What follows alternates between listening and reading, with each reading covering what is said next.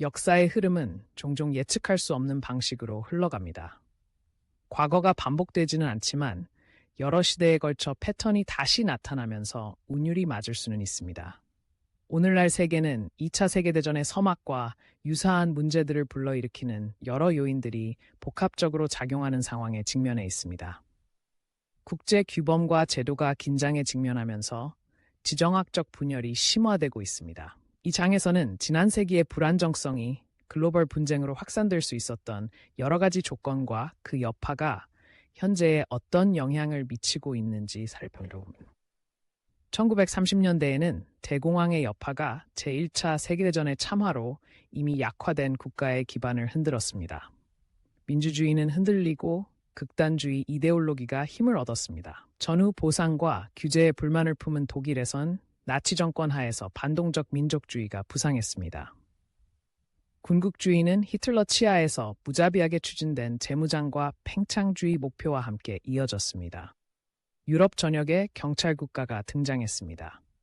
한편 아시아에선 제국주의 일본이 만주와 중국의 다른 지역을 침략하면서 점점 더 공세적으로 성장했습니다. 오늘날에는 2008년 금융위기의 여파가 많은 사회에서 혼란과 불만을 불러일으키고 있습니다. 이는 민주주의 국가들에서 반체제 정치, 외국인 혐오증, 반동적 포퓰리즘을 부추겼습니다. 자유민주주의가 반발에 직면하면서 러시아에서 중국에 이르기까지 독재 정권이 더욱 확고하게 자리 잡았습니다. 동시에 전 세계적으로 군사 예산은 급증하고 있습니다. 현대 기술은 상호 연결을 가속화하는 동시에 국가 억압의 새로운 길을 열어주었습니다. 홍콩과 위구르족에 대한 중국의 대규모 감시와 가혹한 탄압은 전체주의 정부에 대한 우려를 불러일으킵니다. 푸틴의 러시아는 영향력을 재구성하고 주변 국가를 위협하려는 충동을 보이고 있습니다. 한편 미얀마에서 벌어진 인종 청소와 대량 학살 사건은 독재 정권에 의한 초국가주의의 지속적인 위험을 보여줍니다. 1930년대에 국제연맹이 협력적 안보를 유지하지 못하면서 집단 행동의 약점이 드러났습니다. 오늘날 유엔은 주요 강대국 간의 교착 상태에 빠져 있고 아세안과 같은 지역기구들은 집행 메커니즘을 개발하는 데 어려움을 겪고 있습니다.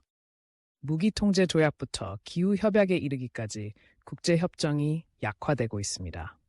무역관계는 난기류에 직면하여 자유주의 질서를 약화시키고 있습니다. 다자간 해결과 긴장 완화를 위한 수단이 약화되는 가운데 전 세계적으로 지정학적 분열이 심화되고 있습니다. 동북아시아에는 한국에서 일본에 이르기까지 세계 주요 경제 엔진이 자리 잡고 있습니다. 그러나 역사와 이데올로기의 단층선이 끊임없이 마찰과 위험을 야기하는 곳이기도 합니다. 분단된 한반도는 오판의 위험이 높은 이 지역의 주요 화약고로 남아 있습니다. 이 장에서는 한반도 긴장의 기원과 의미, 그리고 주요 지역 강대국 간의 복잡한 역학관계를 살펴봅니다. 1945년 일본 제국주의의 패전으로 인한 한국의 분단은 한국전쟁으로 굳어진 지정학적 균열을 낳았습니다. 냉전으로 인해 한국은 두 개의 진영으로 나뉘었고 이 균열은 여전히 해결되지 않고 있습니다.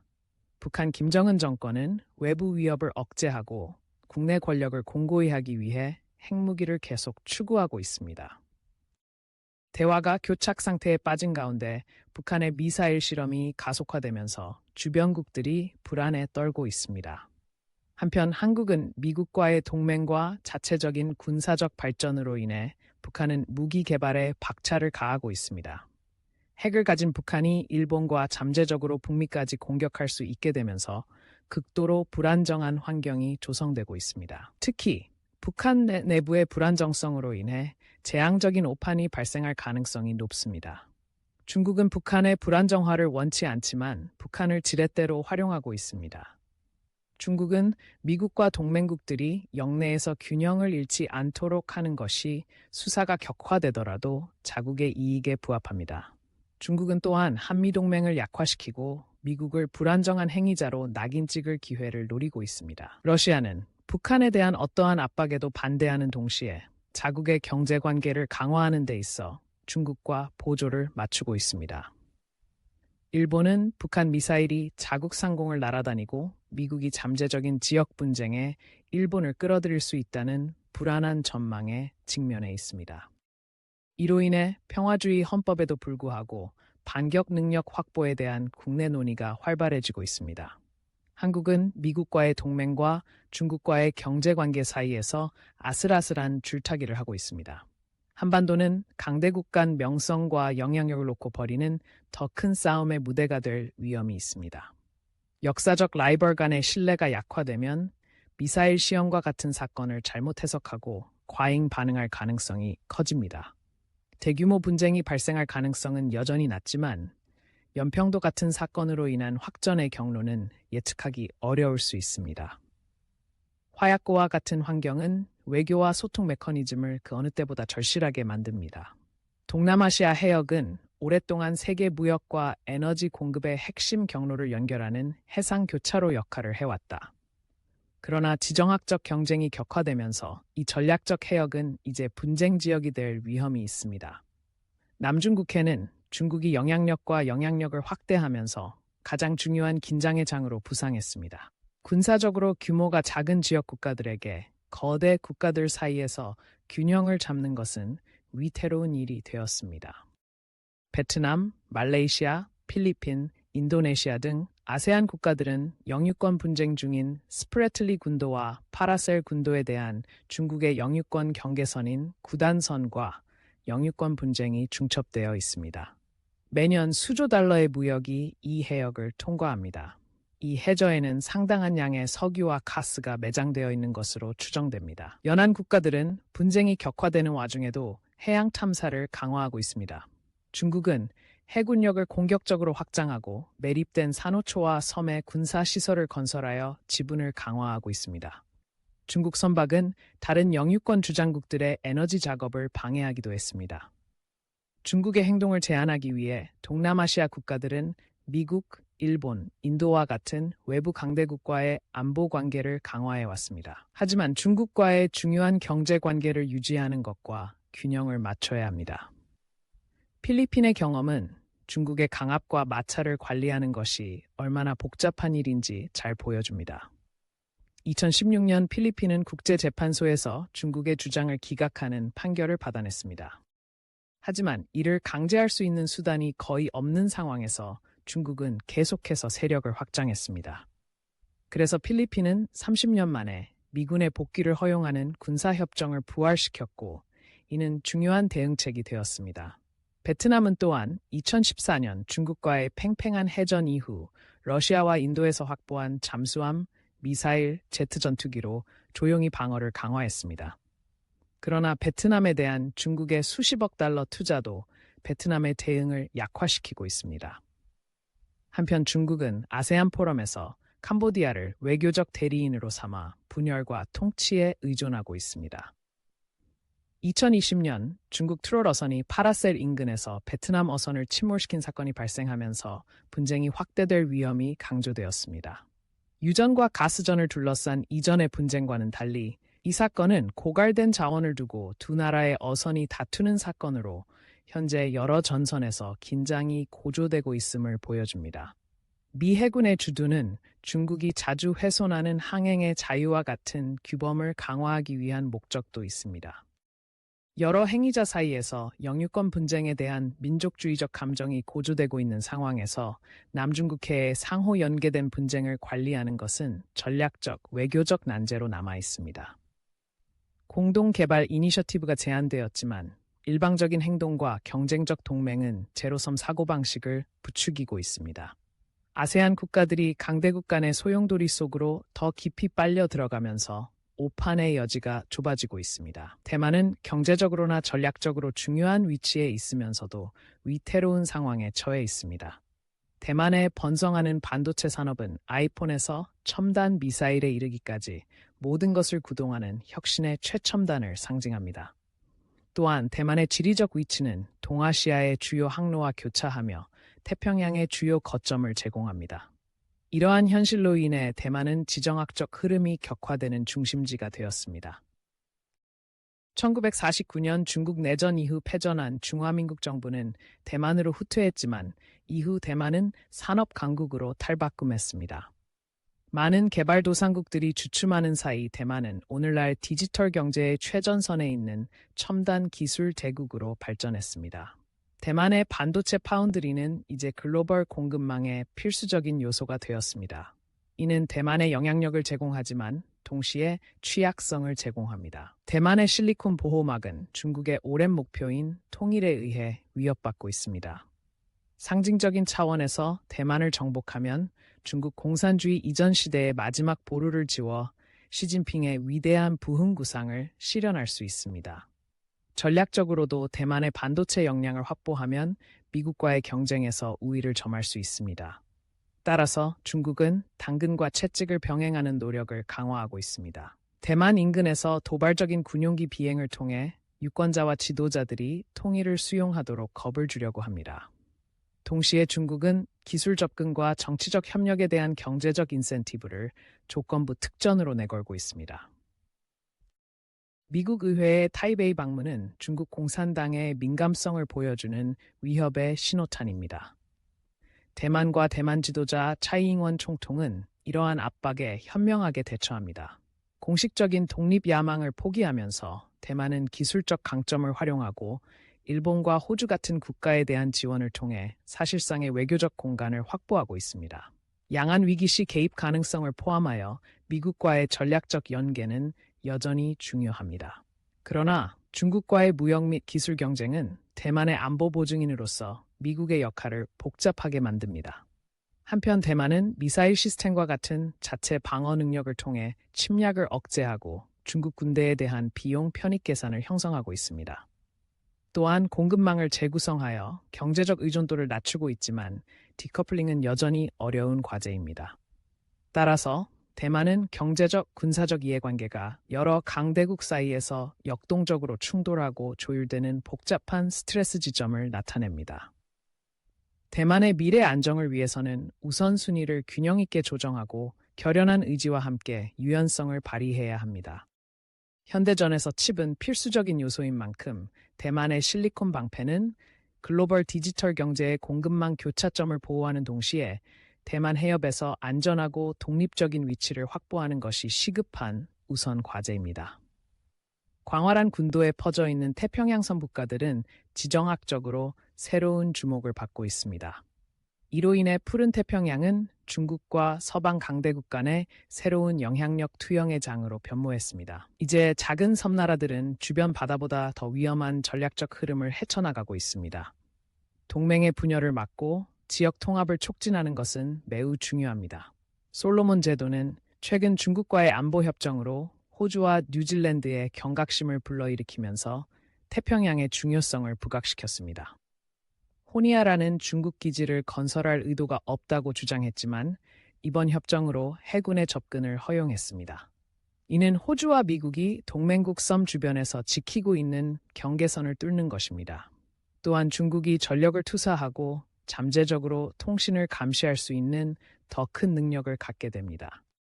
중국은 인프라 계약, 경찰 훈련, 관광객과 학생 유치를 통해 태평양 섬 정부에 교묘하게 구애하고 있습니다. 이러한 소프트 파워는 호주가 작은 이웃 국가를 소홀히 하고 횡포를 부린다는 인식과 상충됩니다. 중국 자본은 부족한 부분을 채워주기도 하지만 잠재적으로 주권을 훼손할 수 있는 부채 함정을 만들기도 합니다. 이러한 투자를 모니터링하는 것이 중요합니다. 인도네시아의 선도적인 지역적 역할은 전략적 균형과 영향력을 제공합니다.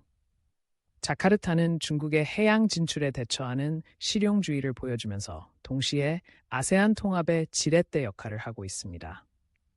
인도네시아와의 관계를 활용하면 노골적인 압력에 대한 민족주의적 반발을 불러일으키지 않으면서 태평양 정부를 참여시킬 수 있는 여지가 있습니다. 그러나 멜라네시아의 소규모 국가들은 여전히 중국의 분열과 통치 전략에 취약합니다. 태평양 도서국 포럼과 같은 지역 포럼은 전략적 비전과 개발 이니셔티브를 통합할 수 있는 플랫폼을 제공합니다. 이러한 다자기관에 대한 중국의 진출을 막는 것은 매우 중요합니다. 또한 이를 통해 협력하면 풀뿌리 수준에서 신뢰와 관계를 구축할 수 있습니다. 도서국들은 수동적인 대리인이 되기보다는 강대국 간의 경쟁에서 이익을 얻을 수 있는 기회가 점점 더 많아지고 있습니다. 정책적 자율성을 유지하면서 대출과 인프라를 전략적이고 투명하게 확보할 수 있습니다. 도서국의 독립적인 정보 생태계를 지원하는 것도 균형 잡힌 내러티브를 위해 똑같이 중요합니다. 호주는 수세적인 태도를 취할 위험을 감수하고 식민지 이후의 인식에 초점을 맞춘 민첩하고 다각적인 태평양 전략으로 나아가야 합니다. 통합과 독립을 강조하는 것은 지정학적 격동 속에서 통합의 사명을 제공합니다. 환경 위협이 다가오고 있는 태평양 지역은 통합된 지역 회복력을 시급히 필요로 합니다. 두 차례의 세계대전의 트라우마는 북미와 유럽 간의 대서양 횡단 동맹을 공고히 했다. 나토와 같은 기관은 1945년 이후 서구 민주주의 국가들이 재건하고 단결할 수 있도록 안보 우산을 제공했습니다. 그러나 오늘날 이 동맹은 서로 다른 위협인식, 확대된 역량 격차, 흔들리는 정치적 의지로 인해 분열의 조짐을 보이고 있습니다. 러시아의 침략과 권위주의 부활은 나토의 불편한 진실을 드러내고 있습니다. 사이버 공격부터 에너지 강압에 이르기까지 모스크바의 치밀한 도발로 인해 러시아에 대한 경제 의존도가 높은 유럽 국가들의 취약성이 드러났습니다. 많은 동맹국들의 국방비 지출은 나토의 약속에 미치지 못하며 이는 변화하는 우선순위와 흔들리는 합의를 반영합니다. 우크라이나 침공은 독일, 이탈리아 등이 수익성이 높은 러시아와의 관계를 완전히 포기하는 것을 꺼려한다는 점을 부각시켰습니다. 유럽의 내부 분열은 일관된 대응을 방해하고 합의를 도출하기 어렵게 만듭니다. 폴란드와 같은 국가들은 러시아의 위협을 훨씬 더 크게 인식하는 반면 스페인과 같은 남부 국가들은 이민자나 테러리즘에 더 집중하고 있습니다. 중국, 무역, 인권에 대한 상이한 정책은 추가적인 마찰을 야기합니다. 유럽의 민족주의와 포퓰리즘 운동도 연대를 약화시키고 있습니다. 트럼프 시대에는 관계 재설정에 대한 낙관론이 미국의 회의적인 거래주의에 자리를 내주었습니다. 북대서양 조약 제5조의 신생 나토 회원국 방어 약속에 대한 의구심이 커졌습니다. 사헬에서 시리아에 이르는 불안정한 지역을 관리하지 못하는 유럽의 무능력은 불쾌감을 더했습니다. 바이든은 대서양주의 수사를 복원했지만 미국의 전략적 초점은 여전히 인도 태평양에 고정되어 있습니다. 나토는 단순한 레거시 기관을 넘어 목적을 재발견해야 합니다. 사이버 방어, 에너지 안보 협력, 공동 역량 개발의 중대한 업그레이드가 필수적입니다. 지휘 체계와 상호 운용성 메커니즘을 간소화하면 필요할 때 더 민첩하게 공동 행동을 취할 수 있습니다. 러시아와의 군비 통제 대화 채널을 부활시키는 것도 중요합니다. 그러나 나토의 미래는 대서양 횡단 관계를 재조정하기 위한 정치적 쇄신에도 똑같이 달려 있습니다. 헝가리, 폴란드 등지에서 점점 더 비자유주의적인 정권이 들어서면서 민주적 공동체에 대한 약속이 약화되고 있습니다. 또한 동맹은 연대를 시험하는 기후변화, 이주, 기술 경쟁과 같은 문제도 해결해야 합니다. 동맹에서 이탈하는 회원국을 비판하고 원칙을 고수하면 신뢰와 전략적 명확성을 회복할 수 있습니다. 일본과 한국 같은 아시아 파트너를 의미 있게 포용하여 나토의 범위를 발전시키는 것도 마찬가지입니다. 대서양 횡단 동맹을 핵심 강점을 유지하면서 21세기적 토대 위에서 재설정하는 것은 앞으로의 시련 속에서도 여전히 중요합니다. 한국은 전쟁의 폐허를 딛고 번영하는 민주주의와 기술 선진 사회로 눈부시게 부상한 국가로 주목받고 있다. 이러한 놀라운 국가적 변화는 실용적인 경제 및 사회 정책과 전략적 동맹 구축에 힘입은 바가 큽니다. 새로운 도전이 등장함에 따라 이러한 회복 탄력성과 선견 지명을 키우는 것이 중요해질 것입니다. 한국은 당파적 반목과 고립주의 목소리가 커지면서 미국과의 동맹 관계에서 시험대에 오르고 있습니다. 오랜 파트너에 대한 트럼프 대통령의 비정상적인 태도는 상당한 불안을 야기했습니다. 그러나 한국은 북한과의 핵회담 중계와 같은 기회를 포착하면서 작전적 차원에서 한미 관계를 재조정했습니다. 이제 한국은 미국의 초당적 지지를 강화하기 위한 다리를 놓아야 합니다. 누가 백악관을 차지하든 동맹을 유지하기 위해서는 양대 정당 및 의회와의 관계에 투자하는 것이 중요합니다. 공공외교와 교류 프로그램도 사회적 차원의 유대를 강화하는 데 도움이 됩니다. 한국은 기술혁신, 공급망 안보, 청정에너지 등 선도적인 분야에서 공동의 관심사를 부각시킬 수 있습니다. 한편 한국은 중국과 원칙적이면서도 민첩한 관계를 이어가고 있습니다. 이는 중요한 경제관계와 중국의 지나친 개입에 대한 경계 사이의 균형을 유지합니다. 실용주의는 중국과의 관계를 정상화하면서 사드 미사일 방어체계 배치와 같은 한국의 결정을 특징짓는 요소입니다. 이러한 전략적 자율성은 계속 유지되어야 합니다. 지역적으로 한국은 위기관리, 보건안보, 인프라 협력을 촉진하기 위해 쿼드 플러스 대화와 같은 포럼에서 주도적인 역할을 하고 있습니다. 이를 통해 동료 민주주의 국가들과 공동의 이익을 강화할 수 있습니다. 한편 한국은 군사적 긴장 완화를 화해의 조건으로 삼아 남북 교류 재개를 추진하고 있습니다. 국내적으로는 불평등, 인구 감소, 성격차 해소를 위한 사회 경제적 개혁을 추진하고 있습니다. 개방적이고 포용적인 사회를 유지하는 것은 독성 포퓰리즘에 대한 회복력을 제공합니다. 반도체, 배터리, 로봇과 같은 전략 산업이 적극적으로 육성되고 있습니다. 한국은 이러한 성과를 바탕으로 공동의 도전 과제에 대한 글로벌 리더십을 확보하고 있습니다. 한국의 중견국 외교와 범태평양적 비전은 영내 긴장을 관리하는 데 도움이 될 수 있습니다. 기후행동과 지속가능한 기술 파트너십은 한국의 진보적 우선순위를 보여줍니다. 다자 협력에 대한 투자와 선견지명 역량 개발은 앞으로의 핵심 국가 자산이 될 것입니다. 비전 있는 리더십과 사회적 결속력을 바탕으로 한국은 금세기에도 선진적이고 적응력 있는 사회를 위한 길을 개척해 나갈 수 있습니다. 미국과의 동맹은 여전히 중요하지만 번영하고 공평한 미래를 향해 나아가는 데 있어 한국만의 국가적 강점이 결정적인 역할을 할 것입니다.